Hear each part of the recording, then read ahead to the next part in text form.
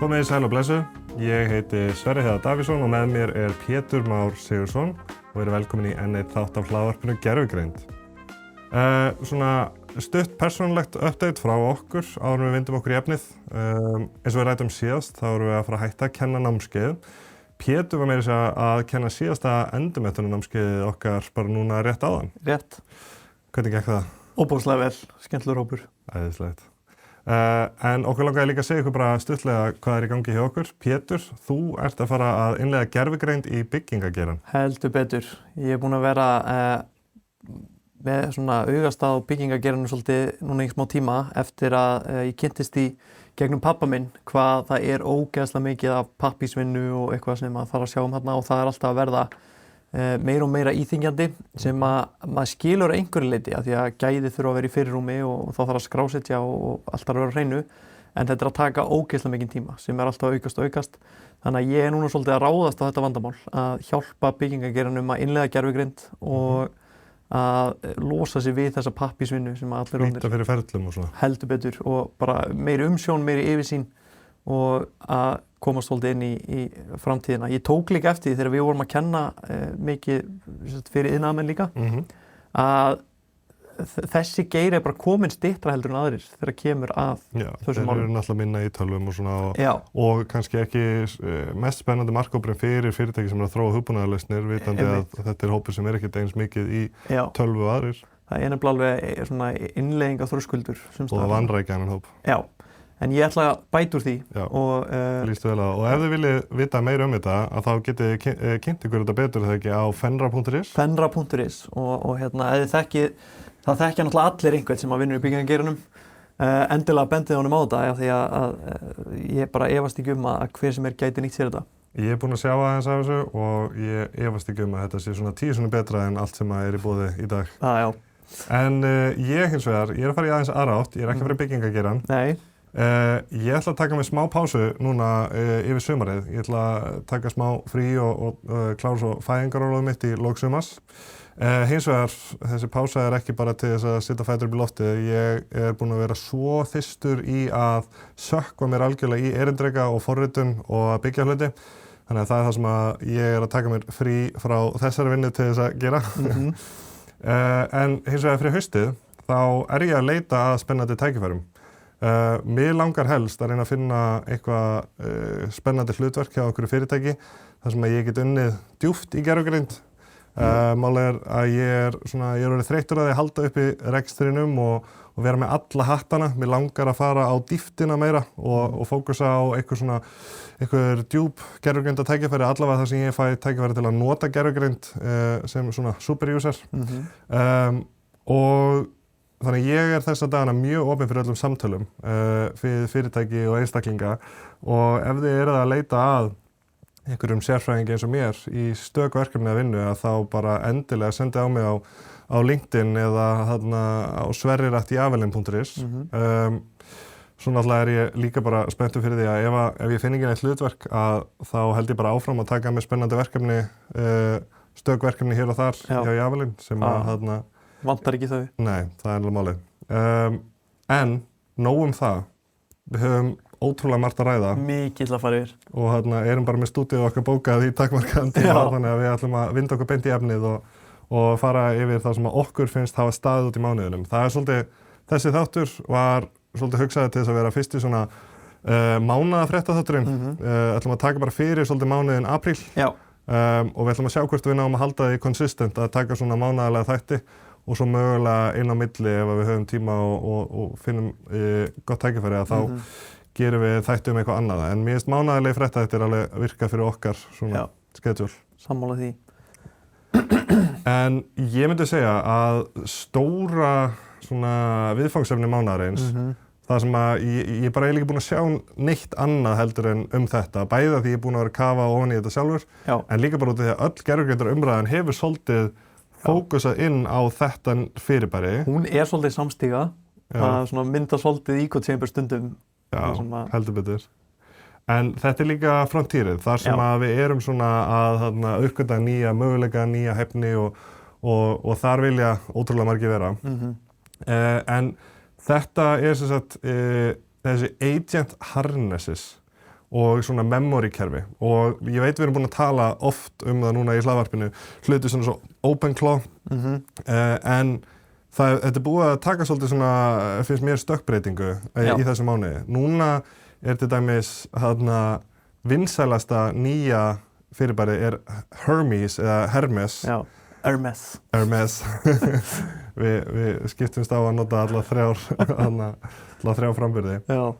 Nei, en ég búin að vera að sjá þetta koma upp aftur og aftur og aftur. Já. Ég var að ljúka við bara núna rétt áðan að setja upp Hermes með Telegram-tengingu, þannig ég ætla að byrja að spjalla aðeins meira við Hermes. Ég notaði þetta aðeins fyrir svona 2 vikum síðan, bara alltaf að prófa þetta, ekki sem eitthvað svona daglegt tól, en gerði nokkrar tilraunir.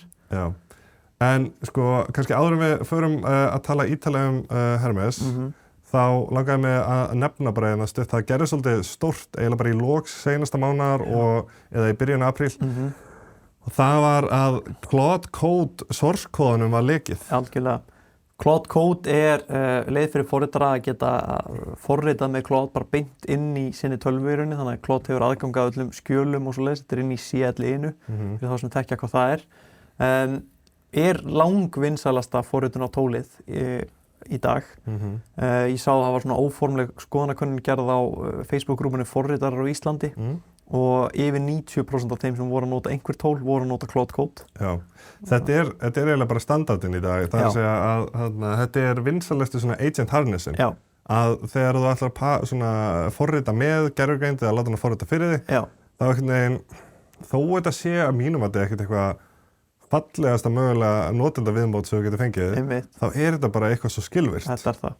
Algjörlega, þetta bara hann að lifir alveg við hliðin á kóðanuðinu og getur keyrt allt sem þú getur keyrt, getur breytt öllu sem þú getur breytt og þetta er bara leiðin til að forrita með gervigreind. Og þess vegna var huge að source-kóðanum var lekið. Já, það var það og hvernig þetta gerðist, það einhver starfsmaður Claude sem að vinna þarna í Claude Code sem að gefur út nýja uppfærslu án þess að í rauninni pakkinni saman þannig að það sé ekki hægt að rýna í hvern einasta kóðabút. Já. Þannig að hann gleymdi einu auka skrefi sem rosa mikilvægt. Af hverju gleymdi hann því? Jú, það var því að hann var að láta Claude Code gera þetta allt fyrir sig og ekki nógu duglegur að lesa hvað það væri að gera í raun og veru. Nei. Þannig að hann var ekki, hann treysti gervigreindinni aðeins svo mikið, starfsmaður Claude og kóðin lag allur. Ég held hann hafi bara verið inni í einhverja nokkra mínútur. En það nóg til þess að einhver geti það heil eilíf tölvuheiminum og þegar þú ert með örugglega einhverja 100 miljón notendur eða eitthvað, þá 20 miljónar notendur. Einmitt, það er óseint, þú tekur þetta ekki tilbaka. Nei, og honum var deilt á ýmsar svona minni og sketchy síður kannski, en það ein síða sem að bara flestir forritarar nota sem heitir GitHub til þess að hýsa kóðan sinn.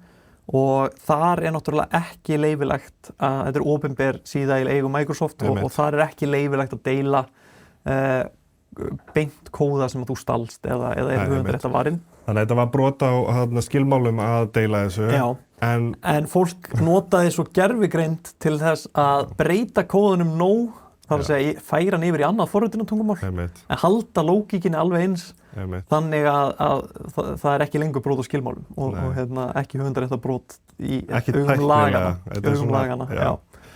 En þetta náttúrulega mun gera verkum að ótrúlega margir fá að sjá hvernig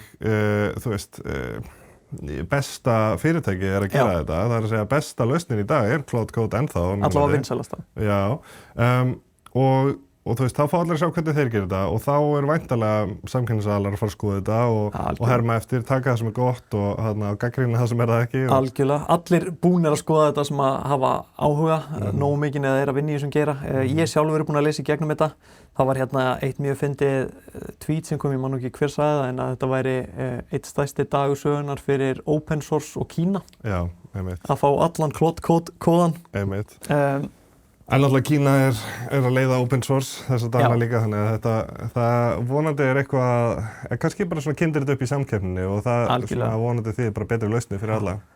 Við fyrstu sýn þá hljómar þetta eins og að þetta sé eitthvað svona risa áfall fyrir Claude sem að þetta alveg stórt og þetta alveg stóru fréttir og svona hvort þetta hafi áhrif á businessin hjá Claude held ég ekki. Nei, það nefnilega pínu áhugavert, af því að eins og við rætt áður að þú veist, að búa til kóða og að búa til ákveð svona functionality, ákveðna logík, það ekki lengur erfiði parturinn. Nei. Þannig ef einhver sá eitthvað gott í Claude Code sem hann langaði að fá í sitt kerfi, þá var eiginlega engin fyrirstað og hefði líka látið Claude Code bara implementaða fyrir þig og þess vegna svolítið virkaði þetta eins og stærra mál heldur en það raun og veru var. Og ég sá gott tweet þetta, það var að ef að uppskriftinni að Coca-Cola þú veist, væri lekið sem búið að gera þú veist, myndi það breyta því eða það að segja, myndi einhver eiga séns í að ná einhverju markaðshlutdeild af Coca-Cola eða kannski verðmætið í brandinu, þú veist, brandið sjálft, það að segja supply chain sem þeir eru búin að setja dreifileiðir og orðspor og bara svona ótrúlega margt sem það miklu meira heldur en bara uppskriftin ekki bara uppskriftin, uppskriftin örugglega svona einn minnsti hluturinn sem skiptir samt einhverju máli algjörlega og eftirmálitin hafa verið litlir það ekki eins og að maður sé eitthvað ennþá var við það allir sé að stela frá Claude og eitthvað því að það sem kom mér mest á óvart við þennan leka, því eins og ég segi, ég fór í gegnum kóðan og las hans í gegnum hann. Það sem að mér finnst alltaf gaman að sjá sem forritari að það alveg sama hversu stórt fyrirtækið þú ert, hversu marga viðskiptavinur með, hversu marga starfsmenn, kóði alltaf skítamix. Og meiri segja hjá Claude Code og það var alls konar skítamix þarna inni. Já, bara einhverja ógeðslega einfaldar if-setningar til þess að díla við eitthvað sem að manni líður eins og ætti að krefjast flókinna lógíka. Já. En þetta einfalt og þetta virkar og það náttúrulega það sem að skiptir máli, sko. En þetta allavega setur svona smá svip á mánuðinn og síðan þá einhvern veginn breyttist áherslan ekkert mikið frá erindrekum og svoleiðis stöffi. En það voru samt, sko, ég vil meina að það sé svona smá þemabreytinga inn í þessari agent umræðu.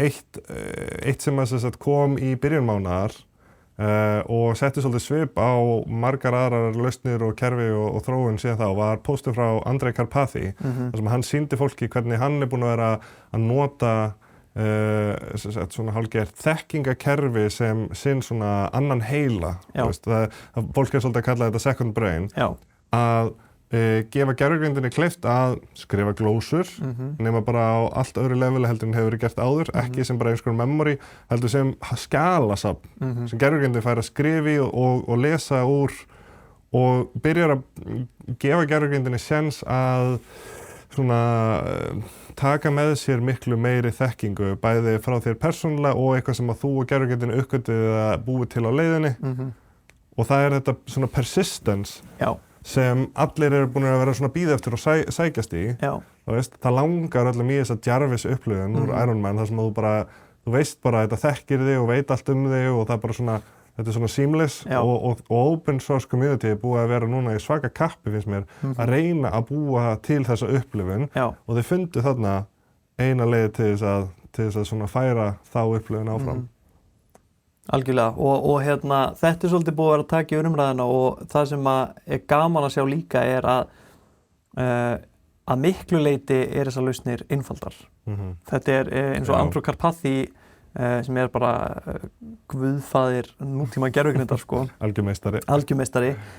Hann setur mjög oft, opnar mjög oft lausnirnar sínar og sýnir fólki nákvæmlega hvernig þær útfærar. Oft sko aðvanserustu lausnirnar hans Karpathy sem að bara öllum finnst bara tímamótamarkandi og bara algjör snilld. Þær kannski bara eitthvað 4 skjöl. Bara eitthvað svona nokkrar leiðbeiningar fyrir gervigreindina sem að bara ef að þú leyfir gervigreindinni að fá þetta og keyra eins lengi og hún vill, þá færðu bara algjör snilld. Hann snillingur í einhvern veginn svona impact per line of code. Ekki spurning sko. En ég, sko, að því ég búinn að vera sjálfur núna mikið að leika með svona agents, að þá var ég að prófa suma þessum mismunandi kerfum. Ég prófaði þarna Gbrain sem að Gary Tan, forstjóri Y Combinator, búinn að vera að blasta núna á X, alltaf uppfærslur á þessu kerfi hans og ég prófaði nokkuð kerfi sem ég man ekki hreinlega hvað heita, en þarna Eitthvað frá Matthew Berman, eða ekki? Nei, ég kveikti aldrei á því kerfi, en svona upplifinu mín var svona svolítið að, þú veist, þetta var, ég rakst aldrei á leiðinni á aðstæður þar sem að þetta breytti ógeðslega miklu fyrir mig.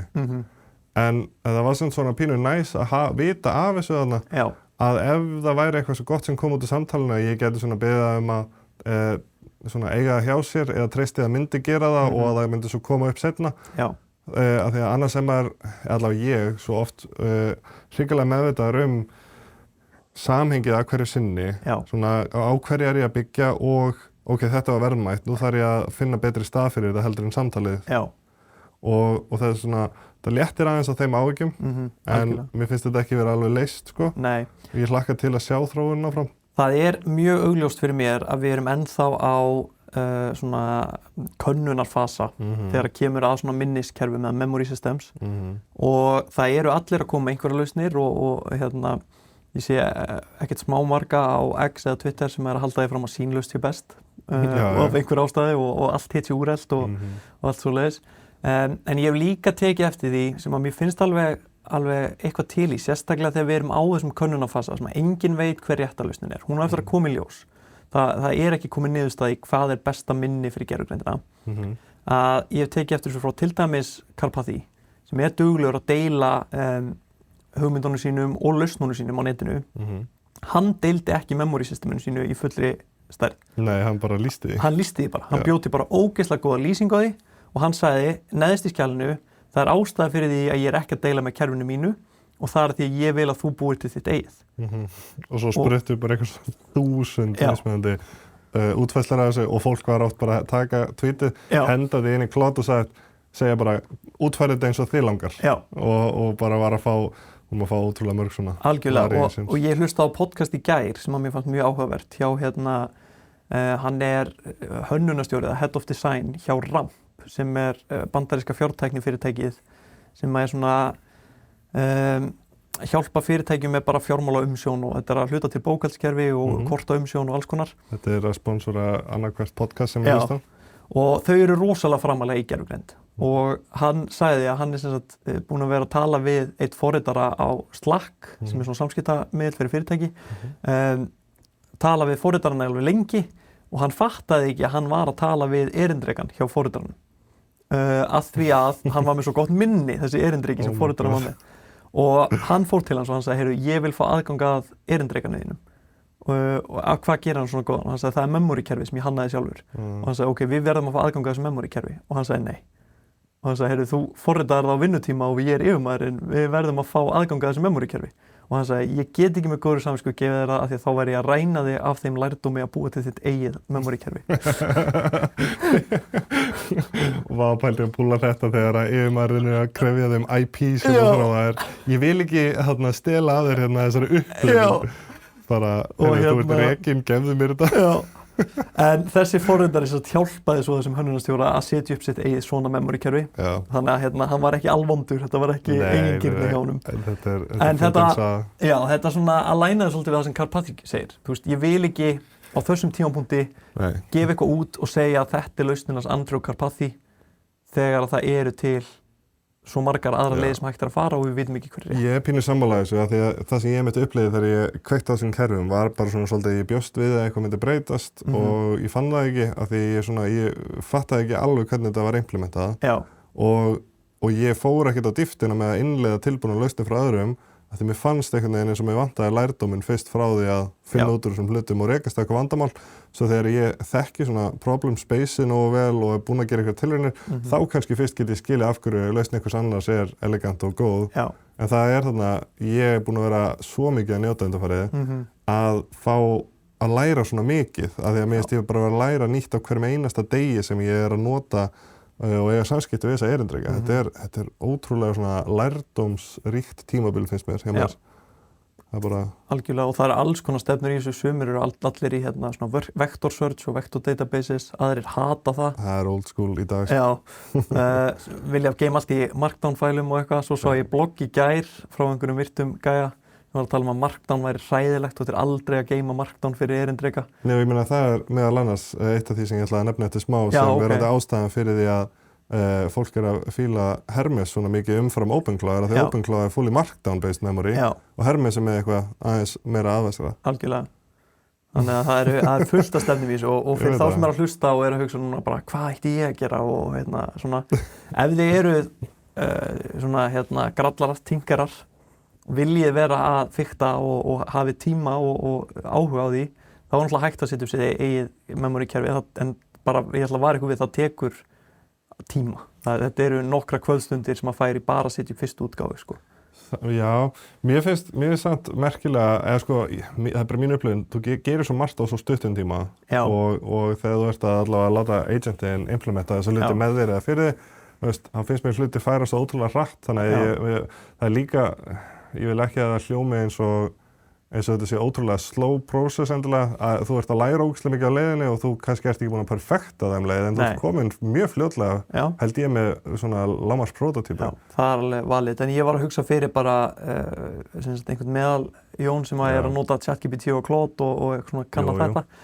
Það er ansi margt sem þarf að læra. Ansi margt á milli þess að fara í þetta og besta betti væri kannski bara að bíða eftir að það sé komin góð lausn við þessu og ChatGPT og Claude setja það bara inn í lausnina sína. Já, sko ég verð eiginlega að segja, það er pínu léttir á vissan hátt að við séum að kalla það gott núna með námskeiðin af því ég hef aldrei upplifað einhvern veginn fjarlægðina frá farabrotunum vera aukast eins hratt með það sem við höfum verið að kenna. Já. Mér finnst vera svo margt að bætast við sem maður þarf að skilja og vita til þess að vera á farabrotunum að það er bara já, maður gæti ekki einhvern veginn með góðri samvisku verið að kenna námskeið í þeirri mynd sem við vorum að kenna og líða eins og við værum að skilja fólk eftir með heildstæða mynd af því hvernig þessi hluti virka því að nú er þetta bara, þetta er á svo mikilli ferð ég veit ekki hvort það sé bara hreinlega raunhæft að halda áfram að kenna námskeið allavega með þeim standardi sem við vorum með. Einmitt. Þetta er að miklu leyti finnst mér þetta bara örugglega að vera svona í öllu flestum geirum. Að til dæmis ef þú bara segjum að þú vinnir sem verkfræðingur í formúlunni þá ert að gera svo mikið af hlutum sem eru algjörlega á farabrotunum að því finnst bara sko almenni bifvélavirkjar og meðalmaður sem er ekki með bílaáhuga bara hefur ekki hugmyndum hvað að gerast í þróun og vélum og pressum og alls konar tjöppum. Það er kannski þannig, kannski er þetta bara einkenni að því að ég er búin að vera núna að færa mig svo hratt nær farabrotunum að ég finn núna hvað þetta var orðið stórt bil. Já, en svo er þetta trickle down effekt að þegar að það gerist eitthvað risastórt í okkar svona hakkarasamfélagi sem er alveg á farabrotunum að þá eru þeir sem í þessu samfélagi vinna hjá Claude og ChatGPT og innleiða þessar lausnir þar líka. Já, þetta er góða punktur. Þá fær meðaljón líka að það er kannski delay, en eins og með suma þessum hlutum sem voru svona svolítið cutting edge og svolítið mikið fikt og skítamix fyrir nokkrum mánuðum, í dag er þetta bara orðin svona fínpússuð svona features hjá bara flestum fyrirtækjum. En sem sagt áherslan núna undanfarið er allavega búin að vera að færast finnst mér svolítið frá líkönum, við nefndum þetta aldrei líka eins í síðasta þetta, og uppfæslur af þeim eru bara geggjaðar, það bætir allt saman, en það er einhvern veginn ekki alveg nýtt og áhugavert á sama hátt og það var, heldur núna, og reyndar bara hvað það varðar, það er galið að OpenAI er búin að releasa núna 2 uppfæslum á innan við mánuð. Frá 5,4 yfir í 5,5. Ég held að það hafi liðið kannski rétt svo mánuður. Einmitt. Það er þessar incremental breytingar eru sem tíðnin er orðin galin og þá einmitt líka, þú veist, þá verður þetta svolítið noise af því þetta er svo oft og maður finnur minna fyrir hverju einni, en núna er einmitt áherslan öll komin á beislið eða harness eins og það kalla það. Mér finnst mjög gott orð sem þú setur fram, dreka beisli. Já, sko við tölum alltaf erindreka, sumir eru farin að kalla þetta dreka og harness verandi beisli, það liggur bara fyrir að þetta eru dreka beisli. En gaman á svona nýjörðum. En vinsælasta dreka beisli þess að eins og við nefndum á hann er Hermes. Já. Og pældi þessu setning hljómaði örugglega fáránlega fyrir einhverjum, bara fyrir mér sjálfum. Mér leiði eins og ég væri að bulla. Sko. Vinsælasta dreka beislið er Hermes. Shit. Sko, sumir getur örugglega hlusta á þetta og haldið að ég væri bara alvarlega veikur og geði. Sko. Ertu það ekki? Ég er örugglega verið að það kom með alvarlegt AI psychosis. En þetta allavega að fá rosalega vinsældir. Þegar ég var að fara í gegnum svona fréttir mánaðarins í undirbúningi fyrir þennan þátt, það var eiginlega ekkert engin ein lausn sem ég sá nefnt eins oft í mánuðinum og Hermes. Og þetta virðist vera sú lausn sem ætlar að koma og gera betur það sem að OpenClaw ætlaði að gera. Já. Það virðist vera svolítið, OpenClaw fór að ryðja veginn og sýndi öllum svona möguleikana. Og Hermes ætla nú að fara að gera þetta snyrtilega og betur með öryggi í fyrirrúmi. Já, í fyrirrúmi. Og það virðist vera fleiri og fleiri sé að færa sig úr OpenClaw í Hermes. En þessi tvö kerfi eru nógu lík til þess að þú flytur auðveldlega þekkinguna inn á milli. Já. Og ef ég á að vera alveg seinskilinn, þá held ég að Hermes sé ekki lokastoppið, sko. Ég held alls ekki. Svo muni koma eitthvað svona, heyrðu, Hermes alltaf mikið svona, við bjögum til þetta sem miklu minna þannig. Nei, og ég að ég er búinn að setja upp í Telegram hjá mér, OpenClaw, Hermes og Cloud Code. Ég er með 2 prófíla á OpenClaw, ég var að testa það líka. Og það sem er svona smá áhugavert er tilfinningi mín að því að OpenClaw svo mikið skítamix og þú ert svo mikið að fikta, svo mikið tinkering til þess að láta hluti virka og alltaf eitthvað að bugfixa, að þá langaði mér rosalega lítið einhvern veginn að kynnast OpenClaw ítalega, að því ég hafði bara á tilfinningunni, þetta á allt eftir að vera úrelt og einhver á eftir að fínpússa þetta og gera þetta betur seinna. Og svo var ég að bera saman features hjá Claude og var að sjá, þeir eru með hérna ótrúlega margt sem að reyna að vera það sama og ætti að geta verið stand-in fyrir OpenClaw. Þannig ég reyndi að búa mér til bara svona algjörlega jafngilt OpenClaw eins og sem ég kalla það. Það sem að ég er bara með Claude sett upp og það á að vera alveg eins og OpenClaw. Hefur líka kostinn að núna eftir að Anthropic lokaði á third-party usage á þess að vera að borga per token, að þá geti ég notað OpenClaw-ið mitt með Opus líkani í staðinn fyrir að þurfa að nota ChatGPT eða eitthvað annað nema ég vilja fara að borga fullt fyrir þetta. Já, ég ætlaði bara að því þú varst að tala um þetta að OpenClaw er messy og það er yfirþyrmandi. Ég fann það alveg bara, mér langar ekki að fara að kynna mér þetta því þegar ég opnaði þetta í fyrsta skipti þá eru svona 200 stillingar. Og engar útskýringar. Nei, og ég bara ákveð núna til gamans að fara að kíkja bara hversu hratt OpenClaw er að vera uppfært og svona á síðasta hálftímanum, bara meðan að við erum að taka þetta upp, eru búin að eiga sér stað 9 uppfærslur á OpenClaw. Þetta er ekki í lagi. Þannig Vá. Hældi þessu, en þetta eru sennilega þessir 50 Codex agentar hans Peter Steinberger. Hann færði algjörlega frontýri eða hvað segir maður, farabrotin áfram svona nokkra metra með einu tweeti daginn þar sem hann sagði alveg, hey, nýjasta setupi mitt felur í sér að ég er með 50 Codex agenta að keyra samtímis að taka við beinum fyrir uppfærslur og kvörtunum yfir hinn og þessu og að implementa, laga, sameina og díla við þetta. Og hann sagði að hann hefði gert held ég, hvað var það, 1400 díla við 1400 pull requestur eða issues á einum degi. Einmitt. Og af þessum 9 sem eru búin að eiga sér stað núna síðasta hálftíman, að þá hann 7 þeirra. Já, einmitt. Og svo er einhver sem maður náttúrulega sefur ekki, sko. Nei, svo er einhver 2 aðri gæjar hérna sem að gera hérna 2. Vá. Þetta er galið. Og hann lætur manni alltaf líða eins og maður sé svona 2 árum eftir á. Já. Og svo er hérna, þegar maður er með kóða í GitHub og svoleiðis, að þá er hérna hægt að keyra test á kóðan svona jafn óðum á meðan hann er uppfærast.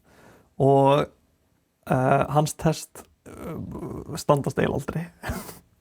Að þú veist, af þessum 9 að þá... Nei, hann er náttúrulega mikið í því að pusha á þess að testa og hefur sagt það sjálfur og sko á þess að lesa, mörgum finnst það nóg mikið synd, á þess að lesa og á þess að testa. Það er bara, þá ertu komin í það sem einmitt margir lýsa svolítið sem fjárhættuspili, þú veist, þú ert bara að kasta teiningum, bara muni þetta virkaði ekki, kemur í ljós, ég ætla ekki einu svona að stressa með því.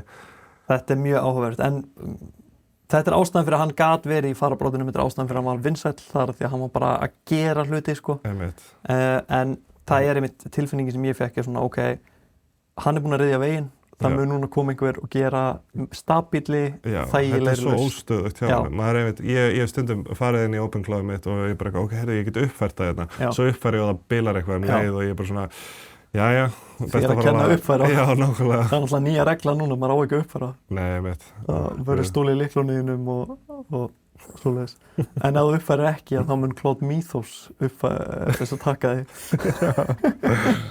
Já, við tölum Mythos eftir smá. Já. En sko, það sem að fólk að segja samt, að það fíli við Hermes, til þess að svona útskýra aðeins af hverju þetta að taka fram úr, að þetta með flóknara minniskerfi. Já, aðvansera. Já, sko, það felur í sér nokkur atriði sem kannski við þurfum ekki að fara út í núna, en með svolítið svona uppleitingasystem sem að, þú veist, ekki bara einhver markdown files sem að það opnar eitt og eitt í einu, heldur leyfir því að fletta upp og interakta eins öðruvísi við þetta. En svo einn eiginleiki Hermes sem allir tala sem verandi svona einn mesta game changerinn, og það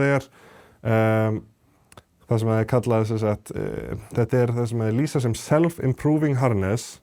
Það að líkani að búa til tól jafn óðum á þess að notandinn biðji það. Það að segja búa til skills, implementa kóða og eitthvað svona, ok, heyrðu, okkur tókst að leysa þetta vandamál núna og líkani ákveður bara, heyrðu, ég ætla að eiga þessa færni hjá mér einhvern tímann seinna. Við tókst að gera þetta núna, næst þegar ég var beðinn þetta, þá ætla ég að geta gert það sjálfur. Á meðan með hina erindrekana, þá yfirleitt notandinn að biðja heyrðu, geturðu pakkað þessu saman fyrir mig í skill en þarna þetta gert svolítið fyrir þig. Já. Þannig að svolítið meira hands-off og svolítið og svo mér líka verið sagt að þessi auðveldra onboarding, enda sko tókst mér að setja upp Hermes núna áðan með bara nokkrum promptum og mjög fljótri uppsetningu. Já. Þegar OpenClaw var nokkra klukkutíma að berja hausnum í vegginn. Ég tengi við það nákvæmlega sama. Bara Hermes tók mig enga stund með það sem ég var að búast við eftir að hafa verið búin að setja upp OpenClaw. Já.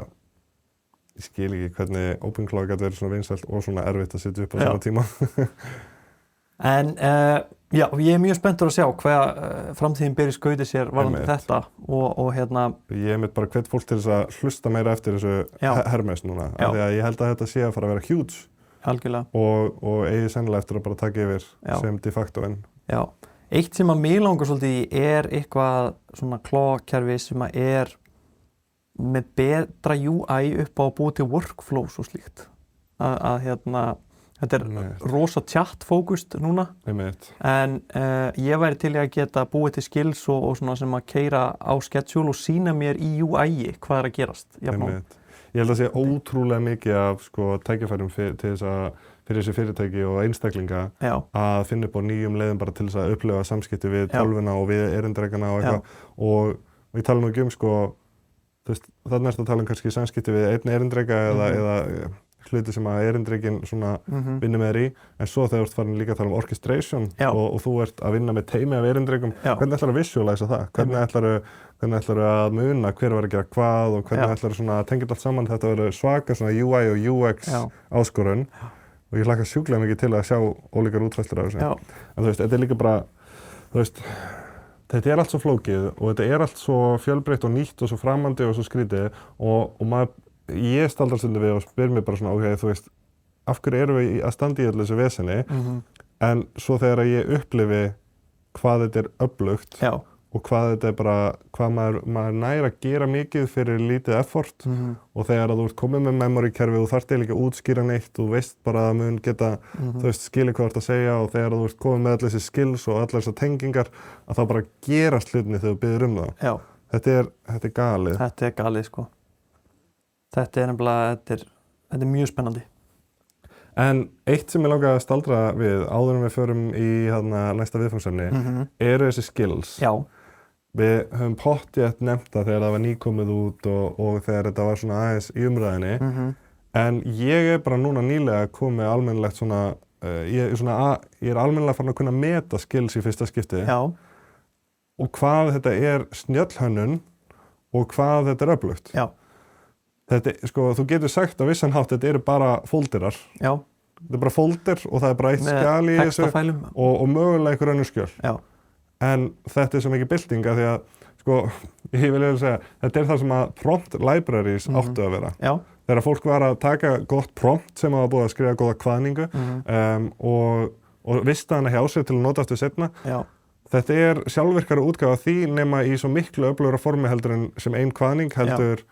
Þetta bara heil lýsing sem að erindrekinn yfirleitt skrifa fyrir þig sem að hjálpar honum að endurtaka velgengni sem þú náðir í einhverju samtali og pakka inn öllum þeim tólum og tengingum og bara öllu sem það þarf með. Já.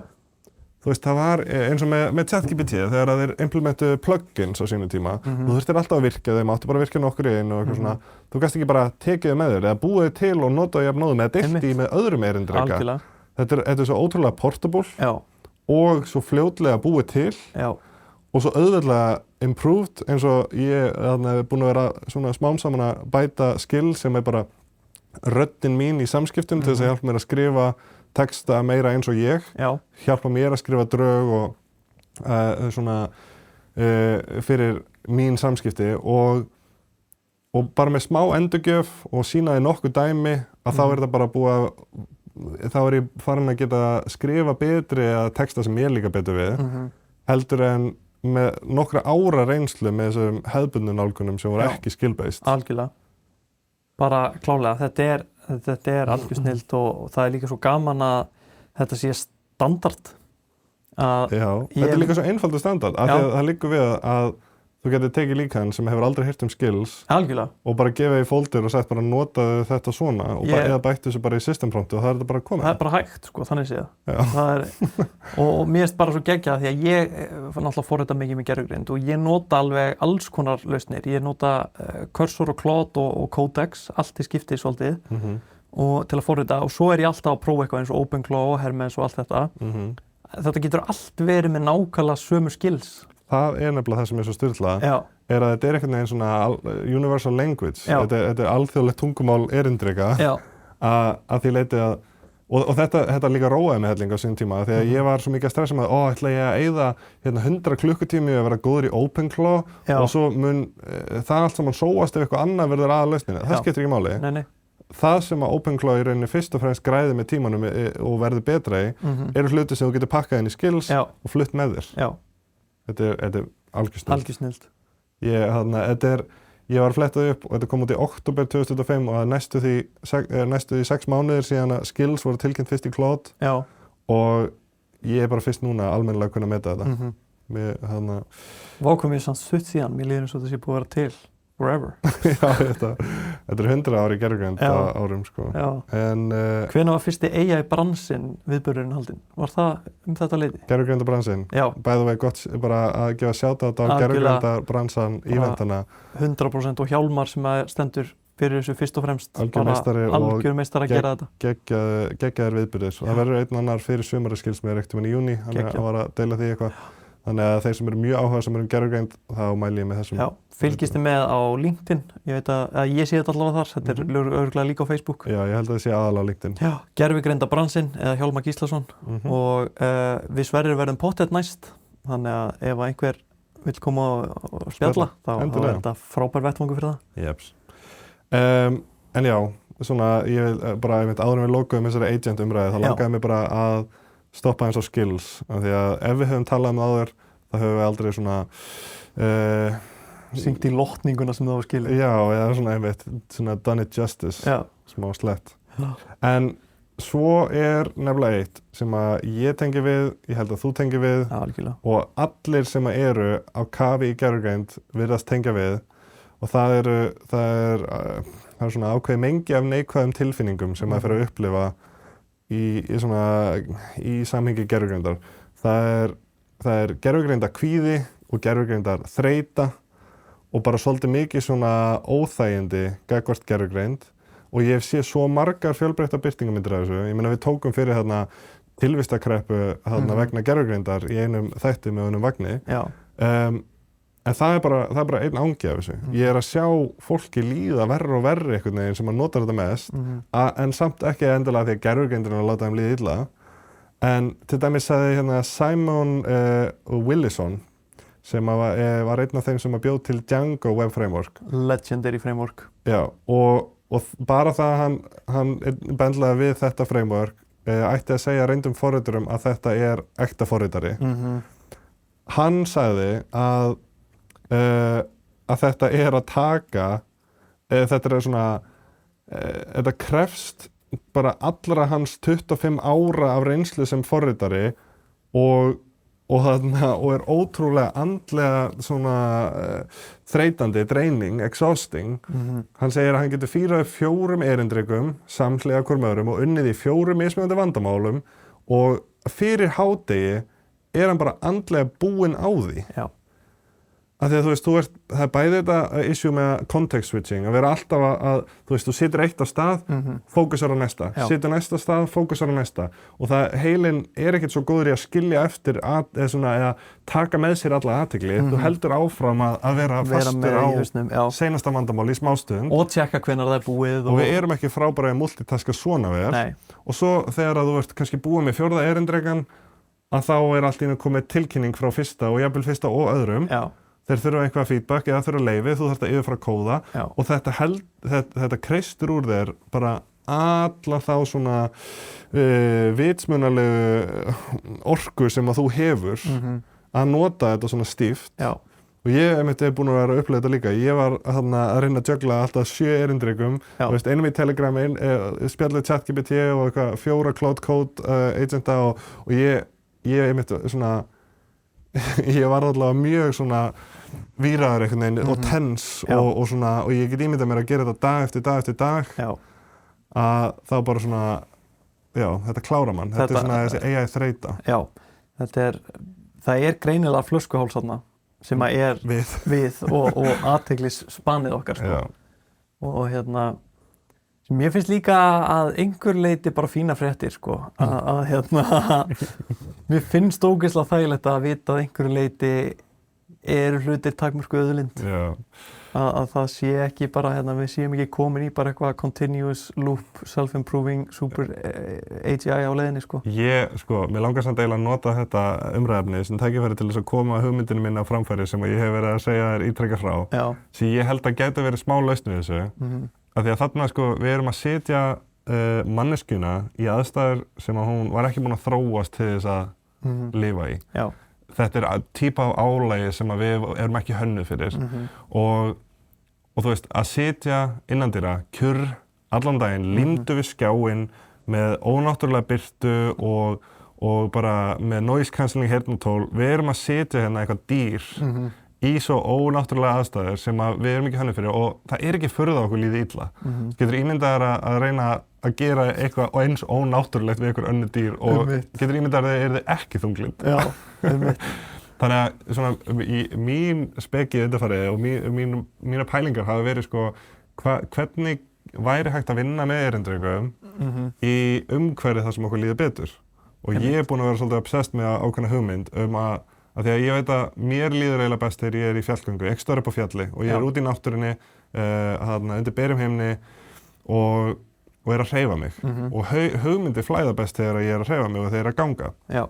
Og ég hugsaði svona, hvað að stoppa mig frá því að vera í því umhverfi allan daginn og líða betur og svona næra svolítið heila minn og þessa dýrslegu hliða mér sem að maður getur ekki einhvern veginn afneita endalaust og vinna þar. Þú veist, svona eins og að vera bara í fjarvinnu og erindrekarnir, þú veist, að því ég hvort sem að tala við erindrekarna meira og minna. Ég nota bara voice to text orðið að því að það orðið svo hægt að skrifa.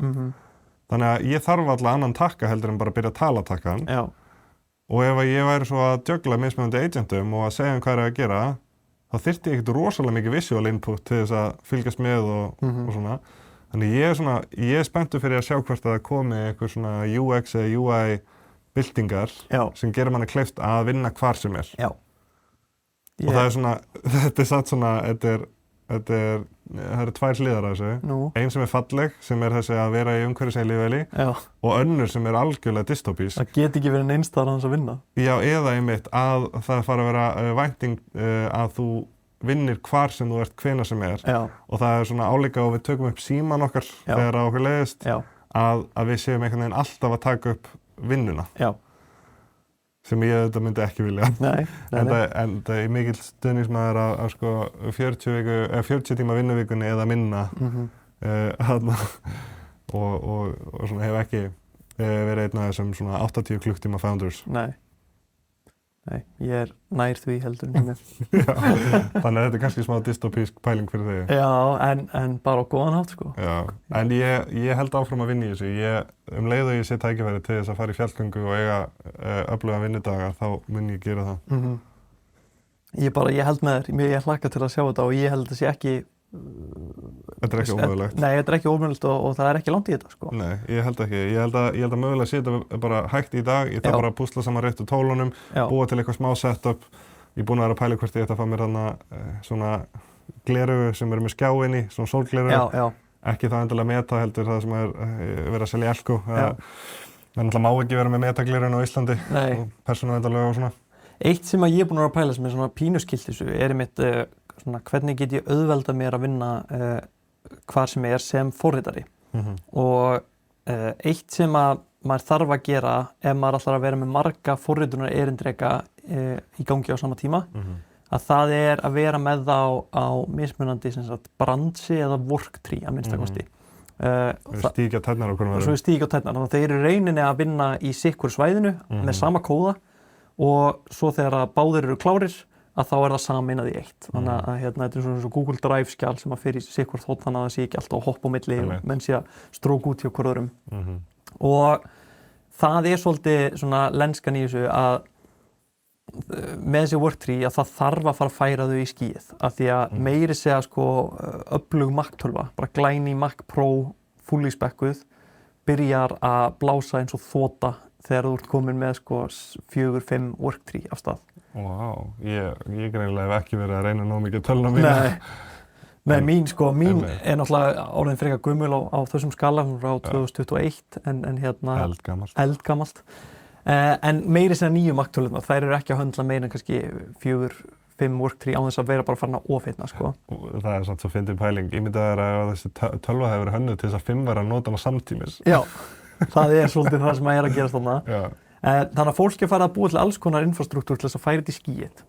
Þannig að þú setur þetta af stað, þú færir þetta í skýið, vinnslan á sér stað þar, kemur tilbaka, þú ferð yfir. Og þetta er eitthvað svona, hvort sem það sé í gegnum svona SSH-tengingu eða eitthvað svoleiðis, að þá er þetta allavega vinnslan á sér stað í skýinu. Og þá er ég farin að hugsa, ok, hver er besta leiðin til að eiga samskipti við erindreka og fara yfir kóða í iPad? Af því að ég væri til að geta setið bara hvað sem er með iPad og bara vera að fara í gegnum hvað þeir eru að gera, gefa þeim skilaboð og fara yfir kóðan. Ég sá einhvern gæja sem var með iPad á hlaupabretti og var með tölvuna sína einhvers staðar annars staðar í herberginu og einhver er farin að pæla í þessu sama og þú greinilega. Og hann er líka greinilega að pæla í svipu og ég að reyna að halda sér á hreyfingu. Við erum ekki einu sem er að rekast að þessu vandamál. Alls ekki. Ég get alveg séð þetta fyrir mér og ég verð að deila því að ég fór til Palma páskana, það var geðveikt, yndislegt. Shoutout á Palma en litla unlockið sem að Wi-Fi flugvél er bara að grínast. Ég hef bara aldrei einhvern veginn borgað þetta áður eða keypt mér en aðgang, þetta kostar 1000 kall fyrir flugið. Og ég var bara ekkert með við tókenin sem þú getur brent. Ekkert með við tókenin sem ég getur brent og það sem ég var að gera var að ég með sem sagt virtual machine á hosting sem er bara sýndartölva í skýinu sem ég er að greiða fyrir. Hún er í geggjæri nettengingu. Hún er í topp nettengingu. Þannig að jafnvel þó að ég sé í óstabílri nettengingu þá tengdist ég bara þessari hostingatölvu og eina sem var hægt voru skilaboðin mín til erindrekans. Svo var erindrekin bara á fullu. Og náttúrulega meiri hlutin af því sem þarf að gerast í tengingu við netið er að gerast þeim megin. Og það er bara eitthvað texti sem þarf að senda þér. Og ég var bara að vinna á fullu og ég náði þarna bara einhverjum 6 tímum bara vinnu, bara í fluginu og mér fannst það geðveikt. Vá. En þetta er svona, þetta er ákveðin áhugaverð hlið samt af þessu með erindrekana, þessi AI-kvíði og AI-þreyta.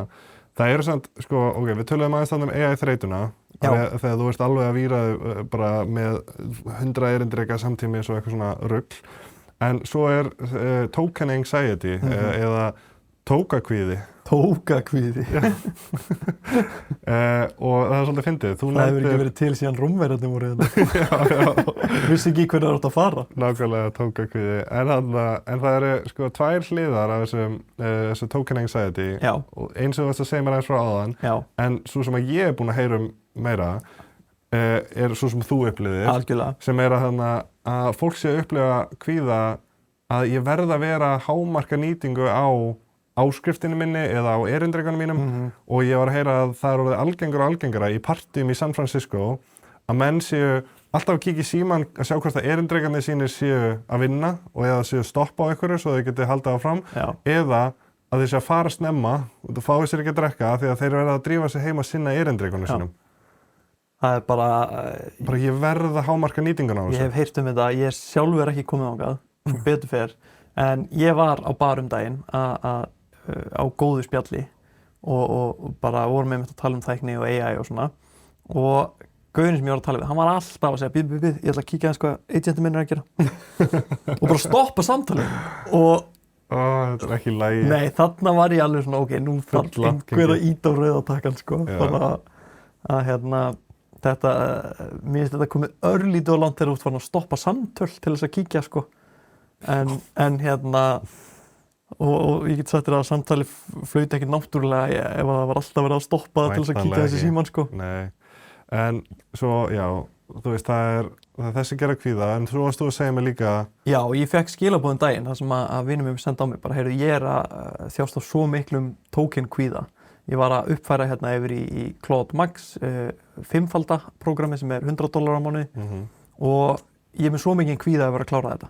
Og ég bara, að klára þetta? Ég hélt þú meintir að þú næðir ekki að klára þetta, af því að það er kvíðin sem við tengjum við, en það er greinilega einhverjir sem eru með svona... Hann vill ekki lendi í því að vera búinn með þetta. Já, hann vill ekki lendi og það er svona eins og með bara innegnina í gamla daga, í SMS-um og svona. Já. Þú varst alltaf að tjekka. Alltaf að spara. Alltaf að spara. Ég vil ekki hringja á mikið og ekki senda á mikið af því ég vil spara þetta. Einmitt. En forritar eru bara, ég vil ekki sitja eftir með neina innegni í lok mánaðar. Nei, ég vil að hún sé búin og ég elska þegar Claude segir, heyrðu, nú ert þú stopp, þú getur haldið áfram klukkan 7, þá er ég bara, loksins pása. Já, loksins pása. Ekki eins og Steinberger sem er bara eitthvað, jæja, tími til að kaupa aðra áskrift. Ég enda tók það daginn, leið að ég var stoppaður og þá uppfærði ég, sko. Ertu núna í 20x? Nei, ég er enda bara í 5x. Já, ég er það núna, ég er svona á mörkunum á því að...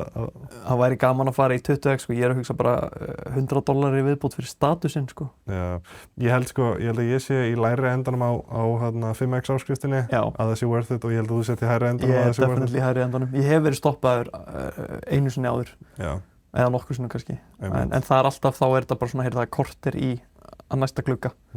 Þannig að ég fer þá bara að fæ mér loksins að borða. Já, oh my god, þetta er ekki hollt. Þetta er enga meginn hollt. Nei, talandi eitthvað sem er ekki hollt, ef að fara okkur í pólitíkina. Ó já, og sem betur fer ekki íslenska pólitík, heldur gervigrindapólitík. Við erum með hérna alls konar áhugaverða svona fréttir sem tengjast þessum tæknirisum og alltaf skuggalega stórar tölur sem er verið að kasta fram og tilbaka. Já. Ég man ekki hvort að við höfum náð að snerta á því eitthvað almennilega, ég held að það verið orðrómur í lok síðasta í síðasta þætti, í lok síðasta mánaðar sem er að OpenAI er búið að fjármagna $122 milljarðar í held ég stærsta funding round allra tíma. Já. Metið á $850 milljarðar. Já, þannig að Sturlaða tölur, sko. Sem að, þú veist, en sko þessi $120 milljarðar, ég held að ég sé að fara með rétt mál að því ég fletti sagðins upp og var að reikna, þeir ætla að brenna þessum pening, held ég sagði þeir, á 1,5 ári, þetta lengir runway þeir 1,5 ár, þetta er gali, en þetta er svona það bil þjóðarframleiðsla Íslands í 3 ár. Já. Þeir eru að brenna pening 2-falt hraðar heldur en þú veist, þjóðarframleiðsla Íslands. Já. Þannig að við gætum ekki einu sinni haldið OpenAI uppi þó að við öll framleiðslan okkar færi í það, sko. Einmitt, það er líka að þetta sé opening yfir í umræðina hvað heitir það, Sovereign AI, hvort við viljum íslensk gervigrindalíkan. Guð minn góður, getum við sleppt þeirri umræði í byrju? Já, ég held það er búið að slátra þeirri umræði alveg á samfélagsmiðlum. Já. Ég ætla ekki inn í hans slag. Nei, en þetta var fyrir einhver tæp 15% eða eitthvað í OpenAI sem að þessi $122 billion voru. Pældi hvað sem margir getur sett aðleguna sín í OpenAI og átt 0,00001% af fyrirtækinu. Já, bara ógeðslega margir. En hvað var á OpenAI að þá bara fyrir mjög stuttu, hvort það var bara núna fyrir nokkrum dögum, að þá var samningurinn við Microsoft aðeins að breytast. Ekki lengur svona exclusivity samningur og OpenAI líkunin á leiðinni á AWS. Áhugavert. Þannig að og mér skilst að hlutabréfaverð að Microsoft hafi droppað 5% við þessa tilkynningu. Sem stór summa líka. Það mjög stór summa. Það örugglega meira heldur en heildareigur einhvers. Já, en þetta náttúrulega einhverju automatic traderar sem bara bregðast fréttum, en þetta samt sem áður, þetta huge og svona markaðar ákveðin tímamót í samskiptum Microsoft og OpenAI sem hafa verið svolítið svona, hvað segir maður, shaky í gegnum tíðina. Það hefur verið snúið og stormasamt samband þeirra á milli. En talandi OpenAI, Sam Altman var sennilega með óvinsælustu mönnum Bandaríkjanna daginn. Sko, hann búinn að lenda í 2 árásum á heimilið sitt allavega. Ein, það sem var reynt að kasta eldsprengju inn í húsið hans, en hún sem betur fer skoppaði af húsinu og sprakk fyrir utan. Það vorum við bara að tala svona Molotov. Heimasmíða batteri. Já, og svo einhver sem keyrði framhjá og var að skjóta úr byssu að húsinu. Þetta hræðilegt. Er eitthvað að vita nákvæmlega hvað á bakvið? Þetta bara þetta eru gervigrindamótmæli og mótmæli við OpenAI. Þú veist, þetta náttúrulega bara orðaræðan sem í gangi núna gagnvart gervigrind ansi neikvæð. Mjög mikið af hatri og mjög mikið af mótmælum. Þetta tengist væntanlega eitthvað að OpenAI hafi gert samning við hernaðarmálaráðuneytið Bandaríkjanna. Já, það getur verið hluti af því og reynda hvað það var þar, bara henda því snögt inn. Google var líka bara í þessari viku að skrifa líka undir samning við Pentagon að mega nota líkanu þeirra og þeir settu enn minni kröfu heldur en OpenAI og ég veit ekki hvort að Sundar Pichai sé að sofa órólegur á nóttinni og nota því en það kemur í ljós. Magnað að þau skuli einu svona komast nú nálægt húsinu hans til þess að kasta einhverju að því, sko, af því að ég hef haldið að þessi menn væri með svo stranga öryggisgæslu. Já, og náttúrulega bara 100 AI dróna líka fyrir utan að verja. Nei, kannski ekki alveg. The Robocops. Nei, en Sam Altman, ekki vinsæll, og það ekki bara þessar árásir og mótmæli, heldur náttúrulega bara verið þvílíkt mikið gagnrýndur, núna búin að vera ítrekað ásakaður lygar og bara vera manipulera og bara almennt ásakaður slæmt siðferði, alveg aftur til tímans það sem að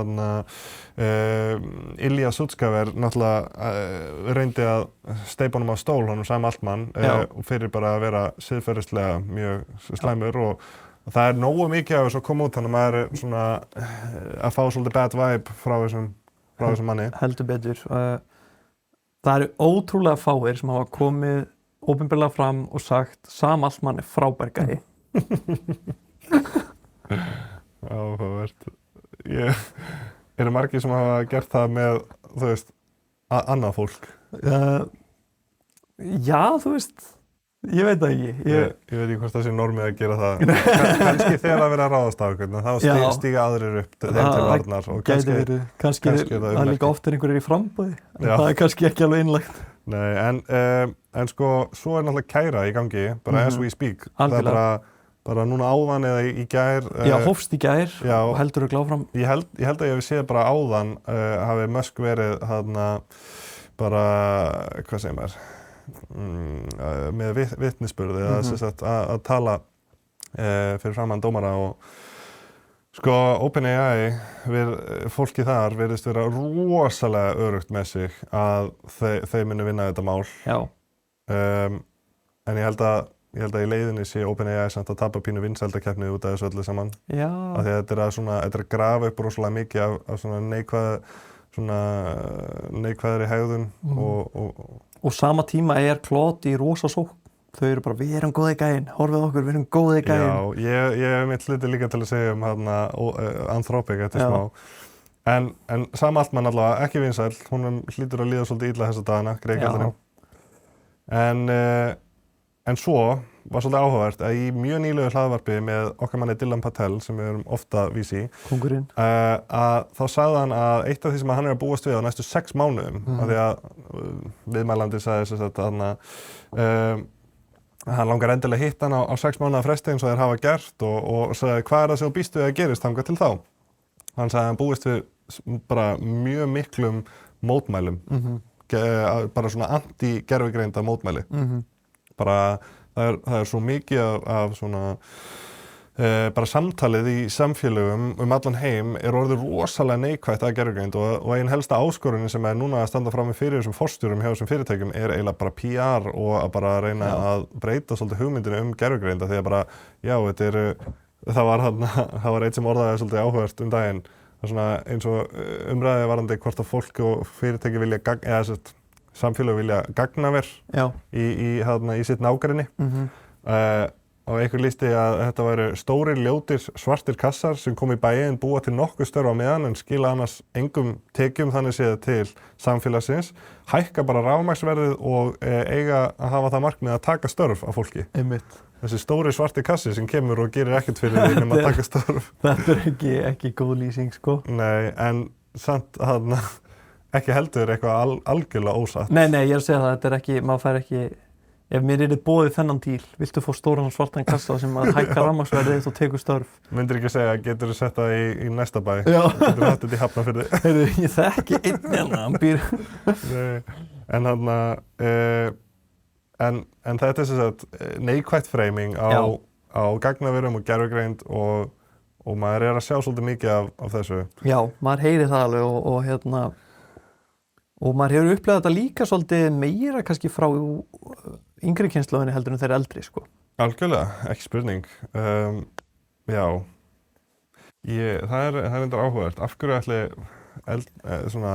Ég held að sé ótti. Ég tala við rosa marga sem eru kannski nýútskrifaðir úr háskóla, eru jafnvel að velja sér háskólanám núna, sem að vita ekkert hvað þau að gera, finnst allt fyrir eitthvað ómögulegt af því að maður veit ekki hvað framtíðin ber í skauti sér. Nei, þú veist, ég skil þá hliðu, en ég meira pæli af hverju restin ekki eins mikið á móti, eða svona af hverju eldra fólk sé ekki meira á móti gervigreind. Eru þau ekki bara búin að setla svolítið og þurfi ekki lengur að velja sér hillu og eru með vinnu og... Kannski ekki að pæla bara eins mikið í þessu, hafa ekki tíma til þessu og upptekinn í vinnunni og með fjölskylduna.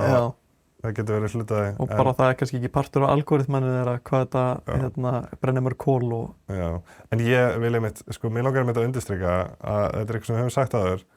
Við erum ekki á þeirri skoðun að gervigreind sé eingöngu af hinu góða. Algjörlega. Og ég skil ofboðslega mikið neikvæðni og óþægindi og vanlíðan og svona sem tengist gervigreind.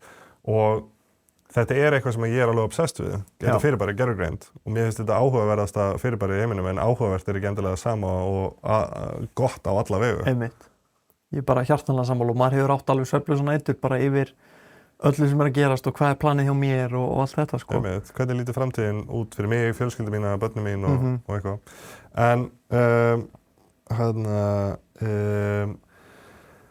En næsta frétt er frá Meta sem að þeir voru aðeins í fréttunum þegar þeir voru... Greyið Meta. Nú. Mér finnst þau bara alltaf einhvern veginn vera alveg að komast á stað. Ok, en þetta eru góða fréttir fyrir Meta. Nú. Og af því að sko, í fyrsta lagi, sko, Meta, þeir duttu eftir á. Já. Okay, og voru ekki með gott mállíkan sem þeir gafu út í mjög langan tíma, fóru að eyða milljörðum í að ráða, í að byggja upp innvið og alls konar svona. Og stofnuðu þetta Superintelligence teymi sem að núna nýlega gaf út Muse Spark líkanið. Okay. Sem að er fyrsta líkanið sem að Superintelligence teymið gefur út og er bara ekki langt eftir á. Okay. Bara ég held mögulega þessi ofar en Grok sem er einmitt kannski meiri indikator að Grok sé að falla eins eftir á núna en það er bara allt í einu, þeir eru mögulega aftur með í kapphlaupinu. Okay. Það er svona þetta var nógu stórt stökk til þess að núna það maður að fylgjast með þeim aftur. Þannig maður var bara ekkert að fylgjast með þeim í góðan tíma. Hvað er algjör stemning? Veistu er þetta eins og fyrir líkunni þeirra Open Weights? Nei. Held nefnilega ekki. Nei, ég held ekki. Nokkuð sem ég sé ekki. Því að annars væri open sourceið búið að taka stökk og það hefði verið stærri frétt. Mér minnir einmitt að það er ákveða loka leiður voru aftur með í kapphlaupinu sem að allir byggast við. En svo neikvæða frétti fyrir Meta var að þeir reyndu að kaupa kínverska fyrirtækið Manus sem var að gera mjög flotta hluti með erindreka og er búið að svona vera að gera... Voru á tímabili bara svolítið leiðandi í erindrekum? Já, ég allavega vissum gerðum verkefna og svona og gera mjög cool hluti. Meta reyndi að kaupa og kínverska ríkið blokkaði það. Þetta var orðið bara þjóðaröryggismál fyrir Kína og þeir sögðu bara nei, við leyfum þessu ekki að gerast. Já. Mér fannst það mjög áhugavert. Það er rosalega áhugavert. Pældi hvað er pirrandi. En núna, svolítið, næsti bæri við að því við vorum að tala um Grok. Já. Fyrirtæki sem á Grok heitir SpaceX. Einmitt. Það er ekki lengur XAI. Nei. Í febrúar þá rann XAI saman við SpaceX. Já. Og ég var aðeins að kynna mér þetta að örlítið meiri dýpt en ég hafði gert áður með fyrirsögnum. Og það var víst svolítið drama þegar þetta gerðist. Það var svona það bil helmingurinn af founding teimi XAI sem að fór. Okay. Mjög mikið af skipulagsbreytingum og örugglega erfitt svona transition tímabil og það gæti alveg spilað inn í af hverju það er ekkert að frétta frá Grok undanfarið. Eða því að það er kannski bara, þeir eru ennþá að settla eftir að hrist upp í öllu. Já, það er mjög áhugavert og ekki orðræðan sem var í gangi þegar þetta átti sér stað, þá var allir að hugsa, ok, það er bara allir sem vinna hjá XAI og SpaceX bara partíða núna því að þessi samruni hækkar. Já, allir sem eiga hluti. Allir sem eiga hluti, sko, sem eiga options. Þannig að þegar þú segir að founding teimið hafi farið, sko, að það mögulega því að þau eru bara svo rík að þau þurfa ekki að vinna lengur? Maður spyrir. En SpaceX og Grok er ekki búið að vera samkeppnishæf líkön í alveg smá tíma. Nei. Það er nú ekki langt síðan, ekki manna árum, en í gervigreind árum er þetta orðið svolítið langur tími. Alveg nokkur mörg releases. En núna hefur SpaceX valkostinn að kaupa Cursor á $60 milljarðar seinna í ár eða borga $10 milljarðar fyrir vinnuna sem þeir eru að gera saman. Þannig að það er stór díll milli þeirra og það getur... Geðveikt fyrir Cursor teimið. Stofnandinn 25 ára. Heldur að, já, það er eitthvað stilla. 25 ára og það gæti verið að fyrirtækið hans verið keypt á $60 milljarðar oh my God. Í lok árs. Pældu í því. Já, það er geðveikt fyrir þá. Þeir eru... Þú veist, ég efast að þetta hafi nokkuð tíma gerst áður svona, akkurat svona. Já. Það eru örugglega einhver sem hefur fengið að erfa meiri pening eða eitthvað, en þetta er rosalegt. Þetta er insane. En ætli menn verði þá farnir að forrita í Teslum á næstunni? Ætli að það verði bara Cursor, Grok og bara í Teslanum að... Hvað með Vibe-kóðu geimflug? Já, panta ekki vera fyrstur. En svo er SpaceX, ég getum að nefna áður, að stefna á IPO. Já. Og þetta getur verið stærsta valuation allra tíma, stærsta IPO allra tíma. Og sko, það er mitt, þegar þú ert komin í þessa tölu, 1,25 billjón í íslensku tali, eða á ensku myndur segja $1,25 trillion. Þetta er bara IPO. Þetta er insane. $1 trillion IPO.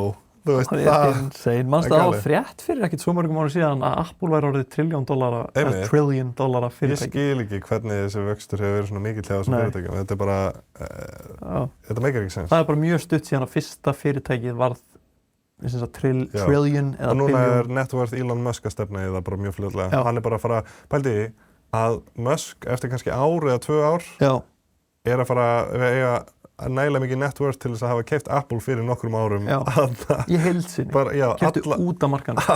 Alla hluti. Bara að segja ef hann hefði selt alla sína hluti og fundið kaupanda. Já, þetta. En þetta er bara svona, þetta er skrítið að setja í samhengi. Þetta er galið, sko. Það er ekki skrítið að maðurinn á 1 eða 2 snekkjur, sko. En allavega, svo er Google búið að vera aðeins minna í umræðum undanfarið líka. En mér langaði að nefna það einmitt bara því að við vorum náttúrulega mjög mikið að peppa Google hérna fyrir ekkert svo lengur síðan og ég er það ennþá. Ég held ég ennþá fram að þeir eru bestir í gervigreind, svona þvert á gervigreind. Þeir eru ekki með bestu mállíkunin endilega akkurat núna. En ég hef ansi mikla trú á því að þeir muni ná aftur toppinum með besta líkanið. Það er náttúrulega, þeir eru með stóran árlegan viðburð framöndan bara núna held ég 18. maí eða eitthvað, 16. 18. maí. Á vorin. Og það getur verið að droppa eitthvað fyrir þá eða á þeim degi. Og sko það er eiginlega bara í sumum mælikvörðum rétt svo núna sem að önnur fyrirtæki eru farin að toppa Google líkanið sem að þýðir að ef þeir eru búin að vera kukkin allan tíman þá er annað stórt stökk væntanlegt. En það er ekki það mikið að frétta frá Google í þessu mánuði.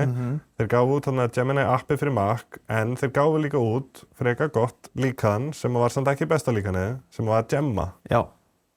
Gemma 4 líkanið Mjög skemmtilegt. sem að í mörgum sínum útfærslum getur verið keyrt á bara tölvum sem að hver sem getur keypt sér. Ég meiri þess að sé bara að fólk keyra þetta á símum. Ég meiri þess að keyrði Gemma 4 líkan í símanum mínum Það? og prófaði að spjalla eins við það og væpið þetta var svolítið bara svona GPT-4 eða 4O í símanum mínum, Geðveikt. offline, slökkt á netinu. Já. Mér finnst það fáránlegt. Það crazy. Það bara... Ekki svo langt síðan að það hefði bara verið óhugsandi. Já. En stærsta líkanið sem að kom út í þessum mánuði var náttúrulega Claude Mythos, en það kom eiginlega ekki alveg út. Kom ekki út. Nei, en sko það var tilkynnt, það var sýnt og það eru einhverjir að nota það og það er verið að nota það núna innan Anthropic og hjá nokkrum völdum fyrirtækjum. Einmitt. En það var ekki gefið út til almennings. Nei. Og það eru ýmsar hugmyndir af hverju það er, en fyrst, af hverju er þetta svona spennandi líkan? Þetta náttúrulega bara út frá öllu sem alltaf hefur verið gefið út frá þessu líkani, þá er þetta bara klárasta gervigreinda líkan sem við nokkuð tíma séð á ýmsum sviðum. Þó ekki öllum. Þetta er ekki að toppa alla mælikvarða, en þegar kemur að hugbúnaða mælikvarðum eins og Sweetbench og Humanities Last Exam og svoleiðis, að þá er þetta að performa eða standa sig mun betur heldur en fyrri líkun. Þetta eru stór stökk. Rísastökk. Bara allir mælikvarðar sem ég sá voru að taka stökk sem að með leiðum svo það væri búið að spóla alveg nokkra mánuði fram í tíman. Já, og það sem er áhugavert þetta líkan, samkvæmt því sem að Anthropic segir okkur og þarna bara svo að sé á hreinu fyrir hlustandi, þarna er ég byggið þetta algjörlega á tilkynningunni frá Anthropic sem að hefur ekki gefið fullan aðgang að þessu líkani fyrir aðra. En þá er þetta líkan sem að hefur meiri áhuga á að leysa erfið vandamál heldur en létt. Þannig að þetta þrifst á erfiðum vandamálum. Það var svo skrítið að kynna mér þetta líkan af því að mér leiði eins og ég var að lesa líka svona eitthvað sálfræðilegan prófíl. Já, þetta var nefnilega þannig. Þetta var, tilkynningin sem þau gáðu út var einhverja 200 okkar blaðsíður. Já. Og það var einmitt verið bara að greina persónuleika líkansins, sko. Furðulega mikil áhersla sett á bara einhvern veginn innra hugalíf líkansins. Algjörlega. En það er búið að vera að finna, sem sagt, svokallað zero day vulnerability, sem þýðir veikleika og öryggisgalla í hugbúnaði sem að enginn hefur nokkuð tíma komið auga áður. Enginn allavega nýtt sér. Já. Og það er að finna þetta í sko erfiðustu forritum eða best vörðu forritum eins og bara stýrikerfum og öðru. Huge. Risastórt. Eina sem að svona ég hugsa þegar ég sé þetta er að þetta er ekki stóra svona fyrirsögnin á þessu var að Anthropic er búið að gera líkan sem heitir Claude Mythos sem að þau telja ekki örugt að gefa út. Nei. Og þetta er ekki fyrsta skipti sem við sjáum eitthvað segja að það er ekki örugt að gefa þetta út. Þetta gæti kannski, þetta er náttúrulega augljóslega klárari líkan heldur en þau fyrri, en það sama kom út frá Sam Altman með GPT-2, GPT-4, Llama hefur gefið þetta frá sér og við vitum það að Llama er engin ógn og alls konar Google líkun að það hafi verið að segja, heyrðu, já, þetta er ekki örugt að gefa þetta út, sem leið og samkeppnin gefur ykkur út og gefa þau sitt út. Þannig að... Ég veit. Sko, Anthropic samt, einhvers staðar heyrði ég að þeirra svona afstaða í þessum málum væri ekki endilega það að þau myndu aldrei gefa þetta út eða ef þau, sko, ég heyrði þau lýst svolítið þannig, ef þau taka fram og eru fremst þá ætla þau ekki að ýta farabrotunum á undan. Út af öryggisástæðum þá vilja þau freka bíða þangað til einhver annar gera það og svo gefa sitt út. Til þess að gefa, þetta er svona OK game theory, að gefa hinnum séns á að hægja á þróun gervigreindar með þeim til þess að auka öryggi og áherslu á örygga útbreiðslu gervigreindar. Og svo kemur náttúrulega bara Elon og hendir út einhverju sprengju og bara gerir eitthvað klikkað örugglega með næsta líkani. Óþolandi. Claude Opus kom svo stuttu seinna. Já, Opus 4,7. Já. Og mjög stuttu eftir 4,6 finnst mér. Já. Mjög stuttu og það er bara fínt, skilur. Það er engin eitthvað að tala um þetta. Eitt sem að fólk hefur talað um mest í kringum þetta er hvað þetta notar ógeðslega mikið á tokens. Það hefur verið talað um shrinkflation í gervigrindabransanum með þetta. Shrinkflation, ég fór að fletta upp íslenska orðinu fyrir þetta, mér langaði að nota það. Já, er það til? Nei, þetta var nokkur svona málspjalli þar sem fólk var að leika sér að búa til. Lát heyr. Skerðbólga. Já, ok. Eða magnskerðing. Já, einmitt. Já, þetta er satt bara þegar að Opus 4.7 notar annan tokenizer heldur en fyrri útgáfur og hann er dýrari. Bara hann er að splitta hlutum í fleiri tokens heldur en áður. Og ég ætla svo sem ekki að fara djúpt í þetta en þetta er í rauninni bara tekur þá meiri... Sama setning kostar meira. Sama setning kostar meira og tekur meiri athygli á líkanið einhvern veginn að fylgjast með. Þannig að 4.7 er ekki að falla vel í kramið, get ég sagt. Það er ekki mikið betra og það er mun dýrara. Já, en núna við erum alveg búin með tímaðan og við skulum taka smá svona speedrun hérna yfir seinustu tilkynningarnar. Já. Anthropic kom út með managed agents sem er kerfi til þess að halda utan fullt af agents. Já. En það er svolítið að finna hvernig ég lýsa þessu. Þeir segja að þetta séu innviði fyrir kerfi sem er ekki búið að finna upp á enn. Já. Það er að segja þetta þörfin á svona kerfi er ekki alveg orðin mjög mikil, en þeir sjá fram á að þetta sé eitthvað sem að mun þurfa meira af þegar að fyrirtæki og einstaklingar eru farnir að reka fullt af erindrekum. Já. En það eru mjög fáir að þurfa að gera þetta. Ok, kannski er þetta UI-ið sem við tölum á þyrfti. Já, það er alveg málið. Ég hugsaði það þegar við vorum að tala um það. Og svo var einhver að tala að þetta boði svona ákveði breytingu það var ákveðin kenning hjá einstaklinga en mér finnst hún svolítið áhugaverða því að ég hef áhuga á svona nýjum business modelum að þetta getur verið skref í áttina því að færa sig úr því að selja tokens yfir því að selja outcomes. Það er að segja að rukka ekki eftir notkun heldur rukka eftir útkomu. Þannig að það getur verið að framundan hjá einhverjum af þessum fyrirtækjum sé að rukka ekki nema að þú fáir það sem þú vildir og rukka í samræmi við virðið sem þú ert að fá en ekki í samræmi við kostnaðinn. Já. Það er áhugaverð nálgun. Það geti sett nokkur auka 0 aftan á reikningarna. Tekjurnar og reikningarna. Já. Gemini appið kom í Mac-tölvur, svo sem ekki eitthvað mikið nýtt þar. Þeir eru bara að elta Codex og Claude appinn sem eru orðin local agent app fyrir almenning.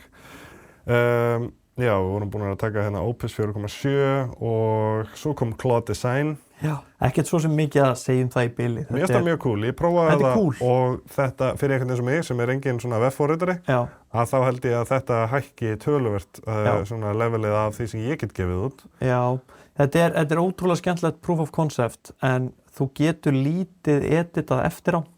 Þetta er mikið fyrir mock-ups og svo ertu með litla stjórn sjálfur. Þannig að þegar ég var að vinna með þessu þá fannst mér þetta vera ekkert svo ósvipað í að vinna með image líkani. Nema það var bara að approacha hlutina öðruvísi. Áhugavert. Talandi image líkan. Talandi image líkan, stórt image líkan, eiginlega stærsta síðan held ég bara Nano Banana. Klálega. GPT Image 2. Betra en Nano Banana. Mun betra.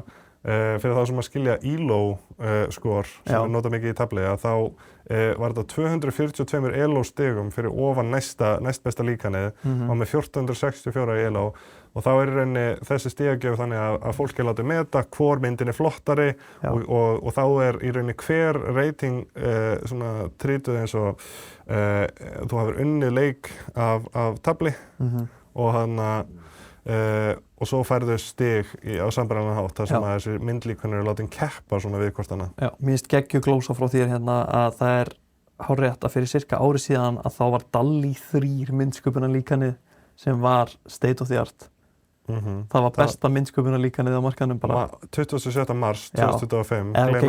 Kannski var þetta Midjourney betra. Já, en þetta var besta ChatGPT líkanið. Besta ChatGPT myndsköpunarlíkanið. Og bara það sem er sérstakt við þetta líkan og er búið að vera undirstrika sérstaklega mikið með öllum tilkynningum og svona er að það er fáránlega gott í texta. Þú getur látið að gera bara svona opnur eða plaggöt með bara fullt af skýringum og texta og hluti bara mjög nákvæmt staðsettir, textin alveg réttur sem var ekki hugsandi með DALL-E. DALL-E leit bara út af þess að það hefði mist stafasúpu yfir bók, skilur.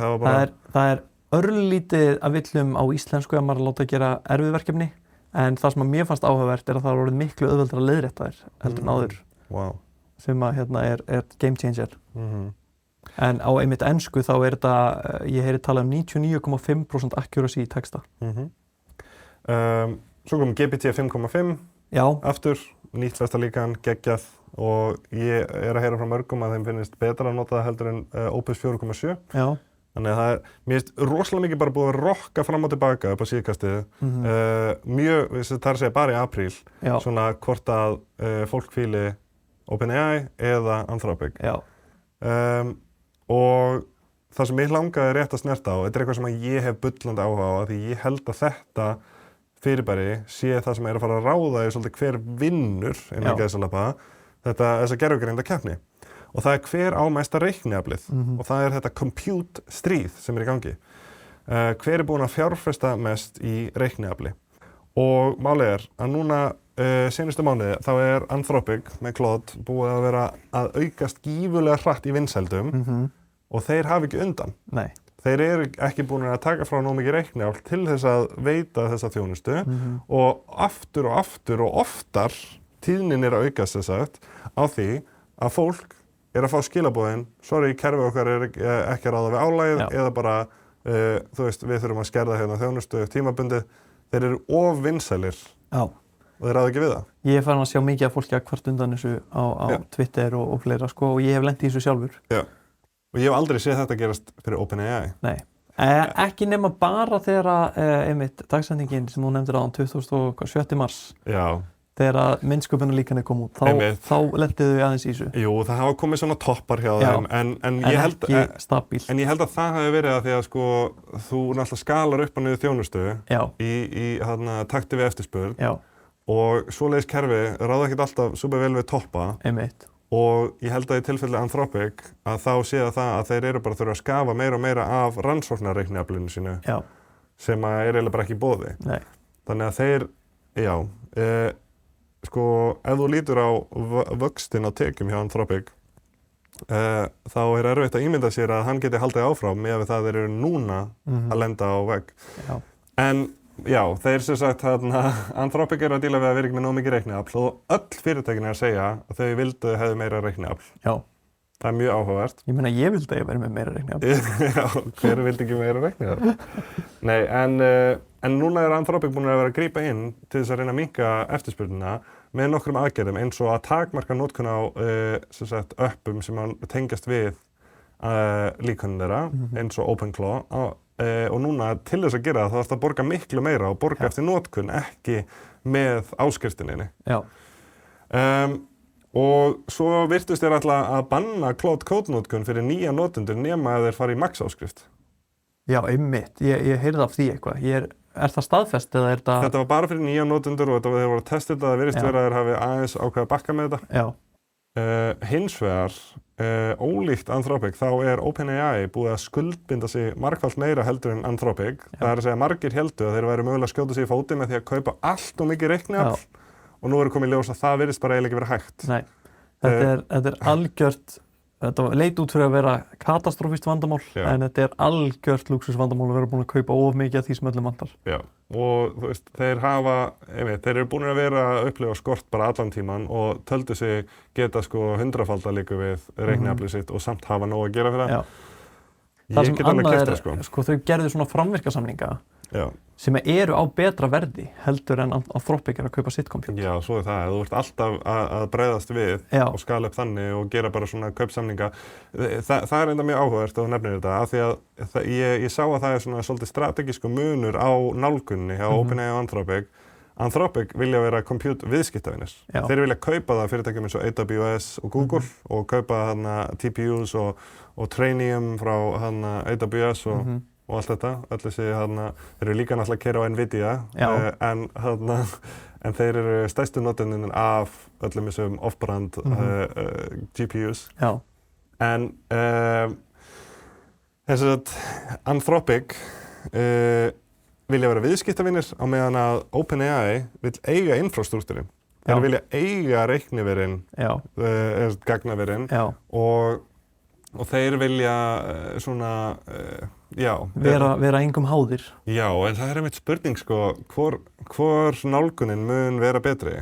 Það kostar minna að eiga þetta heldur en að leiga þetta, en þetta verður svo úrelt. Já, og svo meira risk ef þú ert búinn að kaupa þetta. Já. Ef að eftirspurnin skildi droppa eða eitthvað skildi gerast eða breytast, þá ertu búinn að svolítið betta bara öllu.